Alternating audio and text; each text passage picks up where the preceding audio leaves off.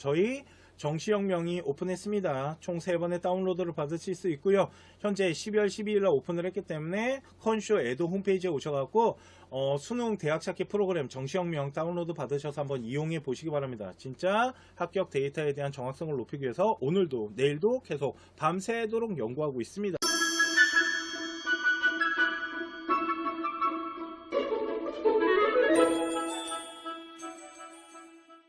자, 오늘 제가 준비한 거는 진학사 정시 지원 프로그램에 대해서 워낙 그러니까 질문을 많이 해주셔갖고요. 이놈의 진학사 정시 프로그램이 뭔지에 대해서 잠깐 설명을 해드리도록 하겠습니다. 자, 진학사 정시 프로그램 솔직히 허수 데이터라는 게 존재를 합니다. 그러다 보니까 솔직히 신뢰도에 대한 문제가 있긴 하지만 진학사 이 프로그램이요. 솔직히 제가 2년 전까지만 하더라도 되게 많이 무시를 했었습니다. 근데 이제는 솔직히 무시할 수 있는 프로그램은 아닌 것 같아요. 왜 그러냐면 너무 많이 이용하세요. 정말 저도 이제 컨설팅을 하다 보면 진학사는 다 이용하고 오시는 것 같아요. 그래서 진학사가 말하는 것처럼 수험생 10명 중에 8명이 지금 진학사 예측 프로그램을 사용하고 있다라고 하는데, 이 진학사가 사용하는 이 프로그램이 뭐 진학사가 뭐 입결이나 뭐 분포 이런 것들도 이제 뭐 데이터, 그러니까 진학사가 합격한 아이들의 데이터 이런 것들도 사용하겠지만, 진짜 진학사가 이 표본이 많다라고 말하는 이유가 뭐냐면, 지금 현재 우리 아이들이 진학사를 통해서 지원하고 싶은 학교를 한 번씩 지원해보는 거예요. 지금 내가 만약 연대 전자전기를 지원해보고 싶잖아요. 그러면 거기에다가 내 성적표를 가지고 지원을 합니다. 그러면 그 지원한 아이들이 워낙 많다 보니까 실질적으로 지원하는 것처럼 분포대를 분석할 수 있잖아요. 그렇게 함으로써 어떠한 예측 데이터 같은 것들을 분석하는데 그걸 배터리 칸수로 보여드리는 겁니다. 그래서 지금 이용하시는 거랑 나중에 28일 이후에 이 경쟁률이 이제 만들어지면서 또 이용해 보시면 배터리 칸수가 바뀝니다. 그게 우리 아이들이 지원하는 지금 현재 상황을 가지고 데이터를 만들기 때문에 그래요. 그러다 보니까 만일 내가 연세대학교 전자전기를 진학사에 넣었으면 무조건 연대 전자전기를 넣어줘야 되는데 또 그렇지 않다라는 거죠. 이런 거에 있어서 이제 허수 데이터가 만들어진다라고 하는 건데, 그 허수 데이터도 진학사가 잡아내기 위해서 노력을 합니다. 노력하겠죠, 당연히. 그런데 그게 솔직히 잡아내는 게 쉽지 않습니다. 사람의 심리이기 때문에. 근데 그 부분 허수도 잡아내겠다고 하지만 전 솔직히 그건 한계가 있다고 봐요. 그러면 전 솔직히 진학사 이용해 보시라고 합니다. 이제는 진학사 이용하는 걸 말리지 않아요. 그 이유 중에 하나가 뭔지 아십니까? 아까 말씀드렸죠. 워낙 많이 이용한다고. 워낙 많이 이용한다라는 건 그만큼 아이들이 대학교를 지금 어떻게 점수대를 가진 아이들이 지원 라인을 짜고 있는지에 대한 흐름을 볼 수 있거든요. 이게 되게 중요합니다. 우리 아이가 어느 정도 수준의 아이들과 현재 지원 현황들이 일어나고 흐름을 타고 있는지, 이걸 배터리 칸수로 보면 좋겠죠. 그런데 아까 말씀드렸지만 허수 데이터가 존재한다라는 거예요. 자, 그러면 그리고 진학사의 꽃은 바로 이 배터리죠. 그죠? 이제 9칸짜리 배터리인데, 일단은 이제 진학사의 어떤 프로그램에 대한 통계 데이터나 그리고 지금 현재 아이들이 지원하고 있는 흐름에 대한 배터리인 겁니다. 그래서 이 친구 같은 경우는 현재 배터리가 8칸이 뜬 거예요. 그리고 최저 합격 라인인 거고, 우리 학생의 점수는 이 정도입니다. 이 정도 점수대에 이 학과를 집어넣었을 때 충분히 합격선을 형성할 수 있어요. 나머지 아이들이 우리 아이보다 점수대가 지금 낮아요. 지금 이 정도 점수대 아이들이 이 학과를 넣지 않고 있어요. 이런 흐름을 볼 수 있다니까요. 좋네. 이런 거 되게 중요하거든요.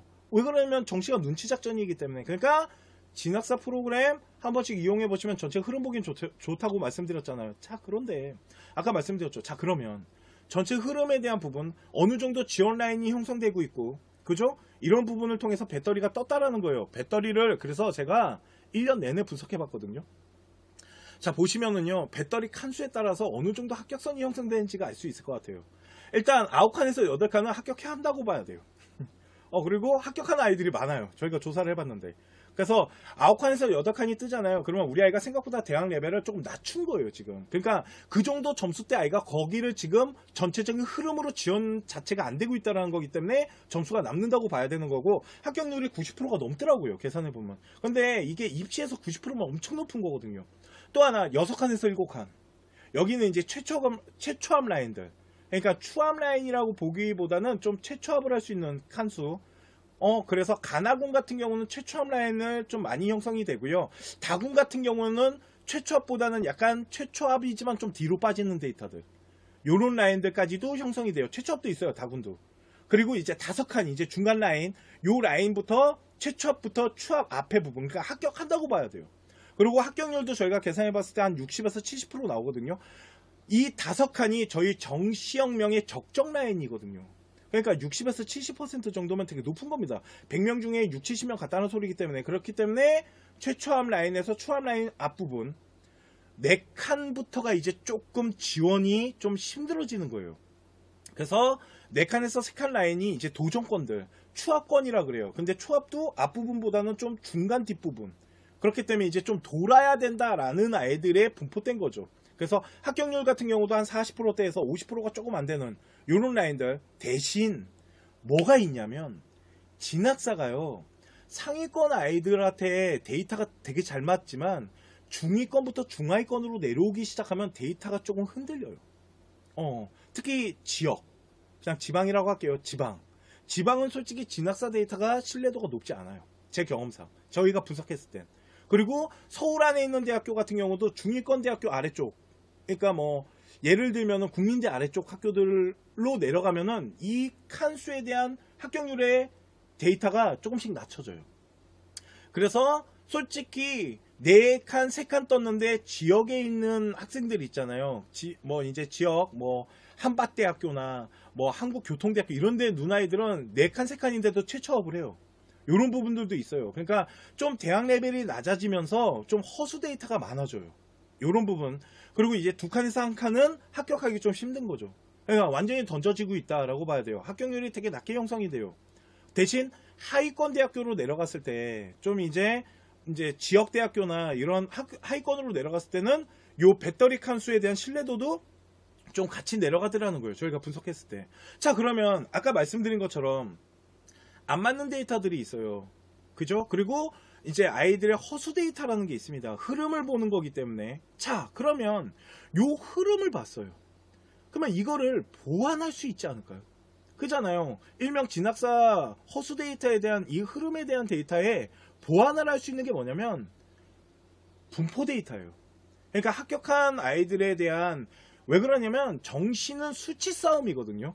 수치대로 줄을 세워서 가는 겁니다. 거기에 맞게끔 대학 라인이 짜지는 거고요. 그렇기 때문에 그 정규 분포에 대한 그 수치적 데이터를 진학사 흐름과 연관시키면 되겠죠.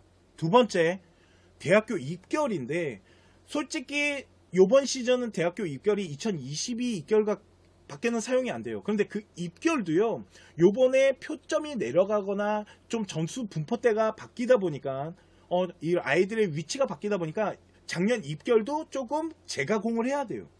그러면 이렇게 입결에 대한 재가공과 정규에 대한 데이터를 분석한 거를 지금 진학사 아이들의 지원하고자 하는 흐름과 합치면 훨씬 정확도가 높아지겠죠. 그걸 누가 했다? 우리 컨쇼가 한 겁니다. 그게 바로 정시혁명입니다. 정시혁명 보여드릴게요. 자, 보시면은요, 성적을 입력을 한 아이인데요, 자연계 학생입니다. 한번 예측 데이터를 보도록 하겠습니다. 보시면은 건국대학교나 동국대학교 정도를 지원할 수 있는 아이인데, 동대 같은 경우는 좀 적정선이고요, 이런 좀 학과에 따라서 안정선 학과들도 있지만 건대 같은 경우는 도전권인 거죠. 지금 이해가시죠? 도전권인데 지금부터 한번 여기 나와 있는 진학사 배터리라는 게 있습니다. 이 진학사 배터리는 진학사 배터리의 합격률에 대한 부분, 그리고 전체 흐름에 대한 것들, 이런 것들을 저희가 세밀하게 분석을 해서 수치적 데이터의 확률로 만들었고요. 그게 정규 분포와 입결에 대한 부분에 어떤 영향을 주는지를 한번 계산을 해갖고 예측 데이터를 다시 재환산할 수 있게끔 만든 겁니다. 보시면은요, 예를 들어서 우리 아이가 건축이에요. 동국대학교 건축공학과 배터리를 봤더니 배터리가 8칸이 나온답니다.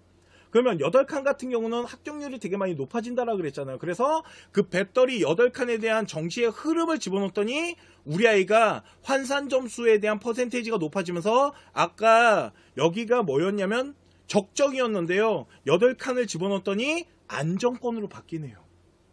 이해가십니까? 또 하나, 건대 같은 경우는 도전권이었는데 우리 아이가 응용생명 같은 경우는 4칸이 떴고요. 미래에너지 같은 경우는 3칸이 떴어요. 이러면 도전권이었던 학생이 불합격이 뜨네요. 왜?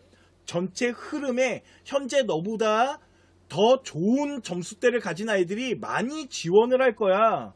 그렇기 때문에 예측 데이터나 분포 데이터보다 훨씬 좋은 아이들이 들어올 수 있으니까 너 조심해야 돼 라는 걸 볼 수 있잖아요. 이걸 누가 해냈다고요? 우리 컨슈가. 이거 몇 년 연구한 줄 아십니까? 1년. 제가 진학사를, 아니구나, 2년이구나. 진학사를 재작년부터 엄청 연구를 했거든요. 그러다 보니까 사용하면 좋을 부분이 있고요. 그거에 대한 문제점을 보완할 수 있는 것들을 찾아낸 겁니다. 그게 바로 저희 정시혁명에 배터리를 집어넣게 되면 이런 데이터적인 분석과 입결에 대한 분석들, 그리고 현재 흐름까지도 다 볼 수 있는 거죠. 대박. 그래서 저희 정시혁명을 지금 프로그램을 저희 컨슈에도 홈페이지에다가 제공을 해드리고 있는 겁니다. 2023학년 수능 대학 찾기 프로그램 정시혁명, 지금 컨슈에도 홈페이지에서 다운로드 받으셔서 한번 이용해 보시기 바랍니다.